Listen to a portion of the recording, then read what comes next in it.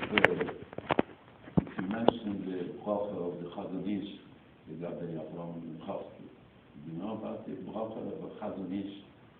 You know about it. You mentioned it in Arabic.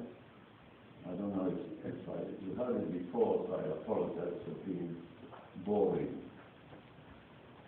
So his father, Reb Osher, was a member of the Israeli parliament. And in Tafshin Yud, when the Yemenites came on Marvad Samim, and from whatever happened to them, I wouldn't say, there was Kiyus Abanos.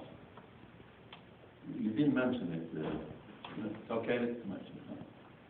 And the Chazon Ish lived in Bnei Brak, so he invited Reb Osher Genochvsky to his house.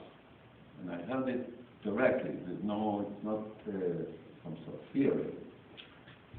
And he said to Reb Osher that if he walks out in protest about Gilus Abanos, he guarantees him, he didn't say that one of his sons would be a God of Israel.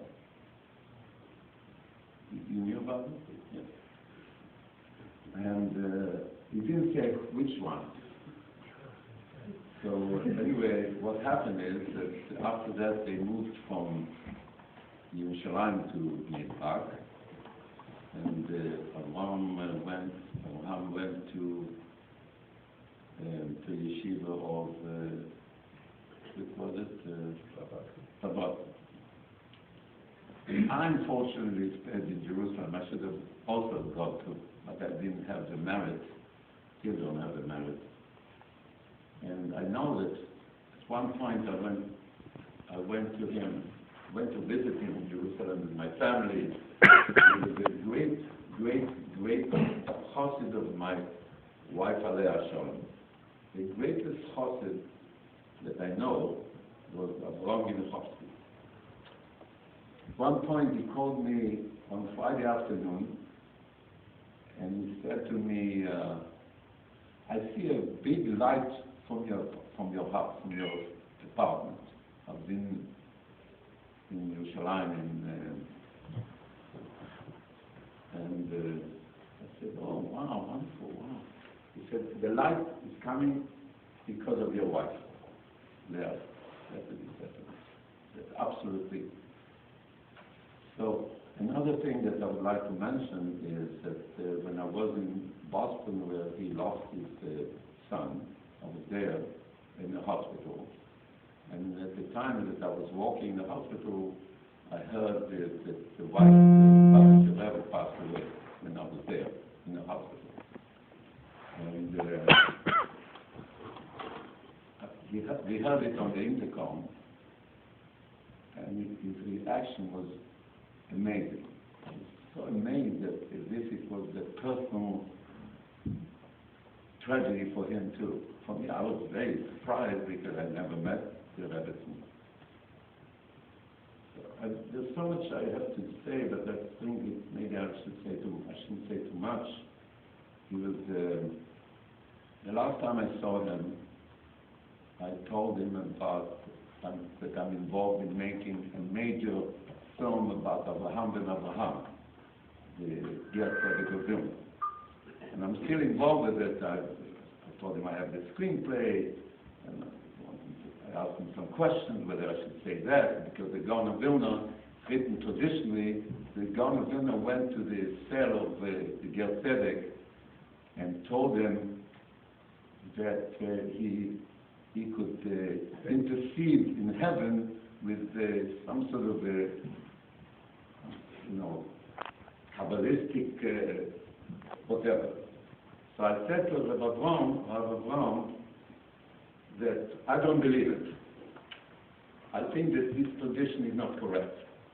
The Gaon of Vilna would not say such a thing, that he can intercede as if commute the firing of the Ger Tzedek.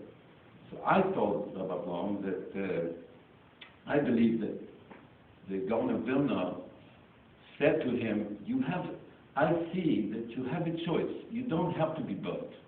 You still have a choice. Because you could say, you have a choice. You wouldn't have to be burned. You do have a choice. And the Ger Tzedek said, no, I don't have a choice, because like Rabbi Akiva, I became a Jew, and I am a Jew, and I would like to give myself al Kiddush Hashem, because that's the greatest thing I can do as a Jew. So Reb Avrohom agreed with me that this is more likely that it wasn't some sort of a Kabbalistic,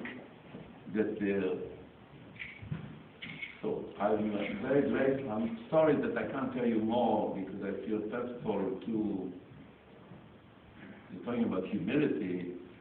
The last time I saw him, he said to me, I said to him, Reb Avrohom, give me a bracha, and what do you think? He said, first of all, help Yirmiyah before you do your film.